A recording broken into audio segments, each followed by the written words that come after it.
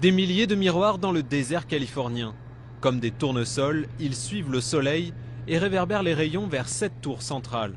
À l'intérieur, de l'eau qui sous la chaleur se transforme en vapeur, qui à son tour fait tourner une turbine et produit de l'électricité.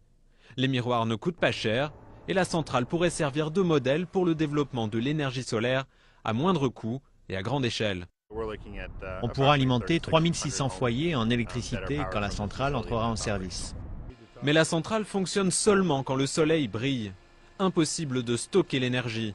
Un problème peut être résolu par le projet de cette autre entreprise. Ici, les miroirs renvoient aussi les rayons du soleil vers une tour. Mais à l'intérieur se trouve du sel, un produit qui à plus de 500 degrés se met à fondre. Le sel fondu peut restituer la chaleur pendant plusieurs heures pour chauffer l'eau et alimenter les turbines, ce qui permet à la centrale de tourner en dehors des pics de température. Avec notre technologie de stockage, on ressemble à une centrale électrique conventionnelle. On arrive à produire de l'électricité de façon ininterrompue en dehors des heures de pointe.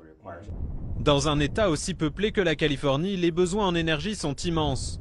Tout le défi consiste à exploiter l'énergie solaire à une échelle industrielle. Tous les habitants de l'agglomération de Los Angeles et San Diego sont très proches du désert du Mojave, qui est l'une des meilleures sources de soleil du monde.